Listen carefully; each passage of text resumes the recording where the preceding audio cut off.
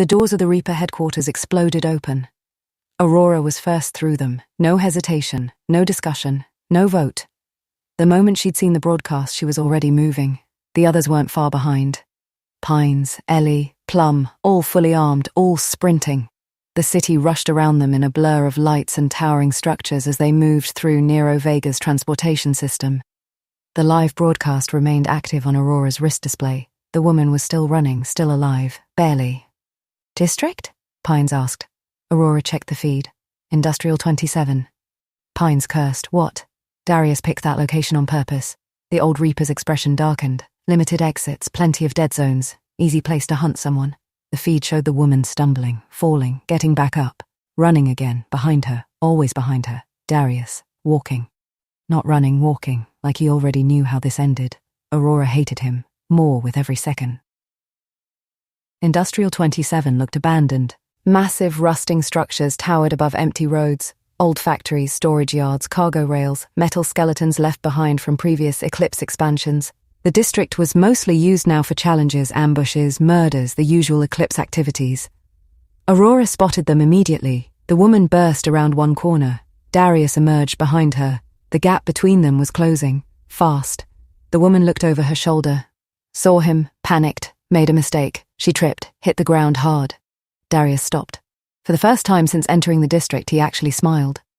Aurora moved, fast, really fast, the silver flash. The nickname had become irritatingly accurate. Darius's eyes widened slightly. The woman blinked. One moment she was alone. The next, Aurora landed between her and Darius, blade already drawn. The impact cracked the concrete. The district fell silent. Aurora slowly stood. "Pick on somebody your own size." Darius looked genuinely annoyed. "I was." Aurora immediately hated that answer. The others arrived seconds later. Ellie to her left, Plum to her right, Pines behind them. The formation locked instantly. Darius assessed the situation. One glance. That was all he needed. 4 opponents. All capable, all healthy, not worth it. Still, he didn't leave immediately. His eyes moved toward the woman, then back toward Aurora. "You saved her." Aurora raised her blade. "No shit." Darius nodded. "Interesting." Ellie stepped forward. "You're welcome to leave." The corners of his mouth twitched. Almost a smile. Almost. Then his gaze shifted toward Pines. The old Reaper remained perfectly calm, watching, waiting. The two men stared at one another. Something passed between them. Neither blinked, neither spoke. Then Darius finally sighed. "Another day." Aurora frowned. "What?" Darius looked at the woman, then at Aurora, then at Sparkle Doom. "You won't be able to save everyone." The words landed heavily. Not a threat, not exactly, more like a prediction. Then he turned, walked away, and disappeared into the maze of industrial structures. The moment he vanished, everyone relaxed, slightly. Aurora lowered her weapon. The woman immediately collapsed. The trip back to the HQ was quiet. The woman barely spoke, barely moved, barely seemed capable of understanding she was safe. Pines handled the medical treatment. Cuts, bruises, dehydration, exhaustion, nothing fatal, nothing permanent. Just the damage caused by surviving months of the Eclipse alone, which honestly sounded permanent enough. Aurora sat nearby while she rested. Eventually the woman woke, slowly, confused. The first thing she saw was Aurora. The second thing she saw was food. Her eyes widened. Real food, fresh food, not ration bars, not sponsor scraps, not survival meals, actual food.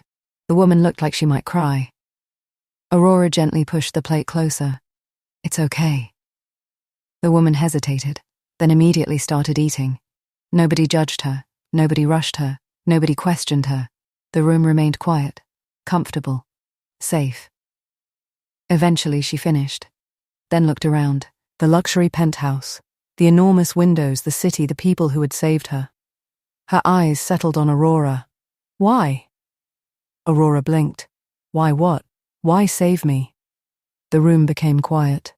Aurora thought about it, then shrugged. "Because you needed help." The woman stared, like she'd never heard that answer before, which honestly made Aurora sad. Eventually the woman smiled. Small, fragile, real. "My name is Mira." Plum immediately waved. "Hi, Mira." Ellie smiled. "Welcome to not dying." Mira laughed weakly. Aurora pointed toward herself. "Aurora? Then Ellie, then Plum, then Pines." Introductions followed. Names, stories, small talk. The tension slowly faded. Eventually Aurora asked the question, "What's your house?" The answer came immediately. Valcrest. Nobody recognized it. Mira wasn't surprised. Most people don't. Aurora frowned. "What happened?" Mira looked down. For a moment Aurora thought she wouldn't answer. Then she did. "My house shares a planet." The room became quiet. Aurora already understood. Not completely. Enough. Shared planets weren't equal, never, truly. One house always held more power, more influence, more resources, more votes. Mira continued. "We've never won an eclipse." Her hands tightened around the cup. "We've never even come close." The room stayed silent. My house wanted independence. Aurora already knew where this was going, and she hated it.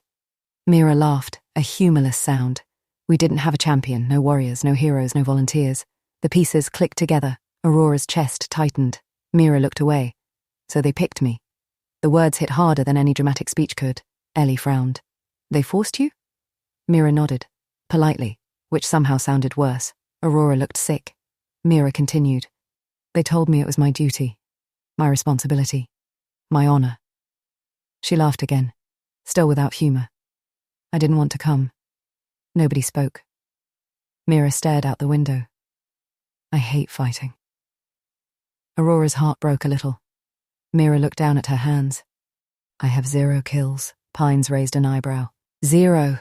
She nodded. "I spent most of the months hiding." The room went silent. Again. Aurora couldn't stop imagining it. 2 months. Alone. Terrified. Running. Hiding. Waiting. Watching people die. Knowing her house expected miracles from someone who never wanted to be there. The thought hurt. Plum looked ready to cry. Ellie looked angry. Aurora felt both. Eventually Mira sighed. "I know." "What?" Aurora asked. "I'm not good at this." The words felt practiced, like she'd said them before, many times. Aurora leaned forward. "You don't have to be." Mira blinked. Aurora smiled. "You survived." The woman stared. Aurora pointed toward the city. 313 contestants left, then pointed back at Mira. "You're one of them." Mira looked genuinely confused. Aurora grinned. "That sounds pretty good to me." For the first time, a proper smile appeared, not forced, not weak, a real smile. The room immediately felt warmer. Then Aurora looked at Ellie, then Plum, then Pines. The others already knew. They could see it happening. Aurora turned back toward Mira. "Stay." Mira froze. "What?" Aurora gestured around the HQ. "Stay." Plum nodded. "Definitely." Ellie smiled. "We've got room." Mira looked overwhelmed. "I can't." "Why?" "I don't belong here." Aurora blinked, then laughed. Actually laughed. Mira looked confused. Aurora pointed toward the city. "Our faction is called Sparkle Doom." Plum immediately started laughing. Ellie covered her face. Aurora continued. "Trust me, you belong." Mira tried not to smile, failed. Aurora leaned forward, then asked the real question, the important one. "Join us." Silence. The city glowed beyond the windows. Mira stared, shock, fear, hope, all mixed together. "You mean that?" Aurora nodded. Ellie nodded. Plum nodded. Even Pines nodded. Nobody rushed her. Nobody pressured her. They simply waited. For several long moments, Mira said nothing, then finally, very quietly, "I'd like that." Aurora immediately punched the air. "Yes," Mira laughed. Ellie laughed. Plum laughed. Pines sighed dramatically, which meant he was happy. The faction display activated automatically. A new notification appeared. "Sparkle Doom recruitment request initiated." Aurora pointed excitedly. "We can do it tomorrow." Mira nodded, still smiling. Tomorrow. Tomorrow she'd officially become part of something. Not a house obligation, not a political sacrifice, not a disposable contestant. A choice. Her choice. Later that night, Mira fell asleep in one of the guest rooms, safe. Probably for the first time since arriving in Nero Vega. Meanwhile, Aurora, Ellie, Plum and Pines sat around the lounge planning. The registration office, escort routes, protection, possible risks, everything.